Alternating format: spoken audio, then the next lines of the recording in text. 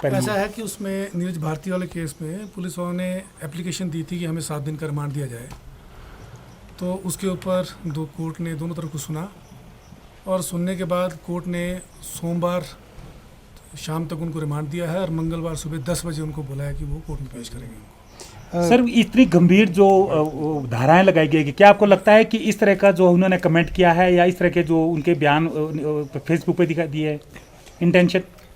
ऐसा है, गंभीर आरोप लगाना तो एक अलग बात है, लेकिन उनके पास ऐसा कोई मटेरियल नहीं है जिससे ये पता लग सके कि वो 124 ए या 153 ए या 504 या 505 आईपीसी के तहत जो है उनका केस बनता है।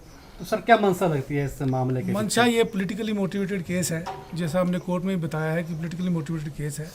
अगर उसकी लैंग्वेज पढ़ी जाए, क्योंकि उन्होंने 5 पोस्ट के ऊपर इन्होंने अपना एलिगेशन लगाए हैं, इन्होंने पाँच पोस्ट इन्होंने बोला है कि फेसबुक की है, वो उसका अपना एक विचार है।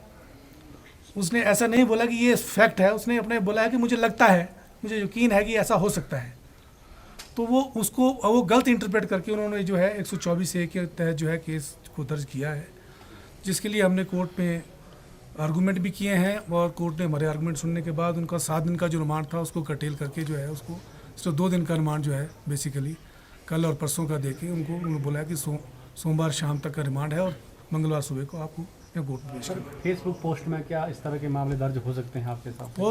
हो सकते हैं, क्योंकि उसमें हो सकते हैं अगर वो ऐसी कोई चीज़ लिख दें उसके ऊपर जिससे कोई वायलेंस हो जाए, इंसाइट हो, एक्साइट हो कोई, वहाँ पर ऐसा कोई मामला था नहीं। ये एक सिर्फ पॉलिटिकली मोटिवेटेड केस जो कंप्लेनेंट जो है उन्होंने किया है at the instance of some persons in power.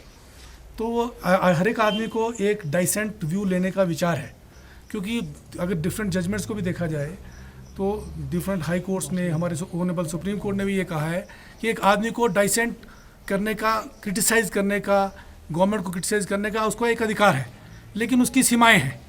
जो उसकी सीमाएं हैं उनके मुताबिक वो सीमाओं में नहीं आ रहा है, लेकिन हमारे मुताबिक जो है वो केस जो है 124 ए 153 ए के अंदर नहीं बनता है। As you pleaded in the court कि since he being a former legislator, इसके बाद as they were demanding PC, it could be more serious in days to come. In what reference it was? ऐसा court ने उनको एक post के ऊपर, क्योंकि उन्होंने बोला है मुझे यकीन है, उसका आधार क्या है, उसके लिए कोर्ट ने उनको दिया है कि इसको इंटरोगेट और करने की उसको, क्योंकि कोर्ट बीच में एक कोर्ट एक प्रोटेक्ट करता है राइट्स को, किसी की फ्रीडम को कर्टेल करने के लिए। उन्होंने कोर्ट ने बिल्कुल दोनों तरफ को सुन के उन्होंने बोला कि इस आधार को, कि क्या उसके पास आधार था जो उसने बोला मुझे यकीन था, उसके लिए कोर्ट ने इंटरोगेट करने के लिए 2 दिन का समय दिया उनको। जमानत के लिए अर्जी लगाई सर? अभी जमानत के लिए अर्जी लगी हुई है, वो सोमवार को दूसरी कोर्ट्स में है, सेशन कोर्ट में, बिकॉज नीचे वाली कोर्ट के पास इस केस में पावर नहीं है अपने बेल देने की। सोमवार। Thank you very much. सोमवार को हो सकता है सुनवाई हो सकता है ना भी हो, क्योंकि अभी जब तक हम तब तक सुनवाई नहीं करेंगे जब तक नीचे से पुलिस रिमांड खत्म नहीं होगा। पॉलिटिकली मोटिवेटेड है, साफ जाहिर है कि सरकार की मंशा इसके पीछे क्या है। हमारी आवाज़ दबाने की कोशिश की जा रही है, क्योंकि इसमें कोई गलत नहीं है। ये हमारा राइट है कि हम सरकार से सवाल पूछें, क्यों हमारे जवान मारे गए, क्यों हमारे 20 जवानों की शहादत पे हम क्यों चुप्पी रखें, क्यों हम उसके बारे में ना पूछें। फिर जब हमारे जो पुलवामा का अटैक हुआ था, वहाँ जोगिंदर सिंह जी को छोड़ दिया गया, क्यों उसके बारे में हम सवाल ना पूछें।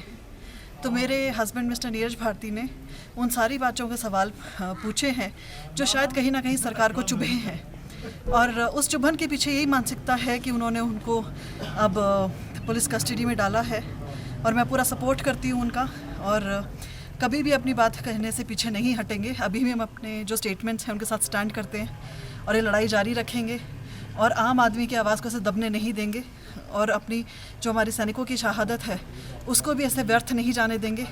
सलाम उन शहीदों को और सलाम हमारे देश को। As you saying, as a politician or as a citizen, he has asked questions. लेकिन सेडिशन का मामला हुआ है, देशद्रोह का मामला हुआ है, so how would you? देखिए, देशद्रोह का मामला तब आप कह सकते हैं कि मान लो क्योंकि सरकार अभी सत्ता में है बीजेपी की, तो वो कुछ भी एलिगेशंस लगा सकती है, पर सेडेशन के चार्जेस तब होते हैं कि जब आपने कोई बहुत क्रूशल कुछ क्राइम किया हो, कोई हीनियस क्राइम किया हो, आपने कोई बहुत इंपॉर्टेंट पीस ऑफ इन्फॉर्मेशन अपनी जा कर के दूसरी गवर्नमेंट को दे दी हो, या जैसे हमने चाइना को दी होती। ऐसा कुछ है नहीं। आप सब जानते हैं कि उन्होंने एक बहुत साफ स्पष्ट सवाल पूछे 2-4, और सवाल यही थे कि जब भी बीजेपी की सरकार आती है क्यों हमारे बॉर्डर्स पे एक अफरा तफरी का माहौल हो जाता है, क्यों हमेशा ऐसा बीजेपी की सरकार के तहत ही होता है।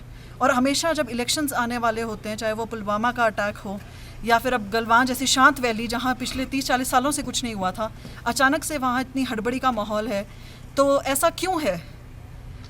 तो हम ऑब्वियसली अपनी सरकार की नीतियों को क्वेश्चन कर सकते हैं, और हमने इसी के तहत उनसे क्वेश्चन किया था कि एक तरफ सरकार कह रही थी कि कुछ नहीं हुआ है, कोई झड़प नहीं हुई है, तो हमारे 20 सोल्जर्स की जो शहादत है उसको हम व्यर्थ कैसे जाने दें? उसका जवाब सरकार को देना पड़ेगा। वो भी किसी के बेटे हैं, कि उनके पीछे भी कोई माएँ हैं, बहनें हैं, बेटियाँ हैं, तो उसका जवाब सरकार को देना ही पड़ेगा। चाहे वो पुलवामा अटैक हो, चाहे ये वाला अटैक हो, तो इसके बारे में प्रश्न पूछना हमारा मौलिक अधिकार है, और हम किसी भी तरीके से अपने मौलिक अधिकारों का उनका हनन नहीं होने देंगे और उनके लिए अपनी लड़ाई जारी रखेंगे। You stand by him. Yes, of course I stand by him. Thank you. Your name? Your name, please. My name is Monica Bharti and I'm wife of Mr. Neeraj Bharti and I'm a very proud wife.